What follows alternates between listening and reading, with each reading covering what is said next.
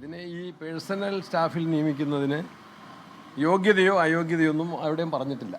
എന്തെങ്കിലും അയോഗ്യതയുണ്ടോ ബന്ധുക്കളാകുന്നതിന്? ഇപ്പോൾ സഹകരണത്തിലൊക്കെ ചിലപ്പോൾ അങ്ങനെ അയോഗ്യതയുണ്ട്.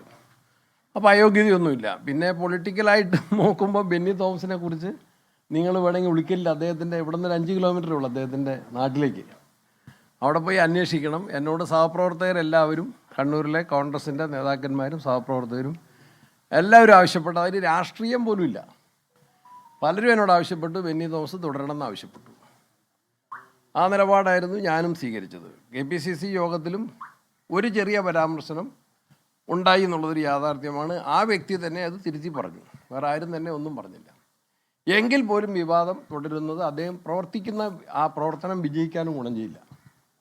ഇത്രയൊരു വിവാദത്തിൽ വന്നയാൾ എൻ്റെ ഒരു പ്രധാനപ്പെട്ട ചുമതല നിർവഹിച്ചു പോകുന്നത് എനിക്ക് സത്യത്തിൽ ആവശ്യമുണ്ട്. അങ്ങനത്തെ ഒരാളുടെ ആവശ്യമുണ്ടായിരുന്നു. കാരണം എനിക്ക് പ്രധാനപ്പെട്ട ചില വകുപ്പുകളുണ്ട്. വൈദ്യുതി ഞാൻ മനസ്സിലാക്കിയിടത്തോളം ഒരുപാട് ഉത്തരവാദിത്തമുള്ളൊരു വകുപ്പാണ്. അതുപോലെ തന്നെ പരിസ്ഥിതിയും പ്രധാനപ്പെട്ട വിഷയങ്ങളുള്ളൊരു വകുപ്പാണ്. അപ്പോൾ എന്നെ സഹായിക്കാൻ സാമാന്യം എനിക്ക് അറിയാവുന്ന ഇവിടുത്തെ ജനങ്ങളുമായിട്ടും കൂടെ ബന്ധമുള്ള ഒരാളെന്നുള്ള നിലയ്ക്കാണ് അദ്ദേഹത്തെ നിയോഗിച്ചത്.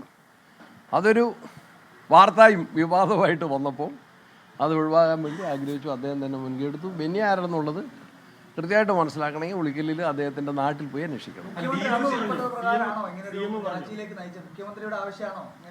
നിയമപരമായിട്ടൊരു തടസ്സമില്ലെങ്കിൽ അങ്ങനെ ഒരു യോഗ്യനായ ഒരാളെ നീക്കേണ്ട കാര്യം ഉണ്ടായി.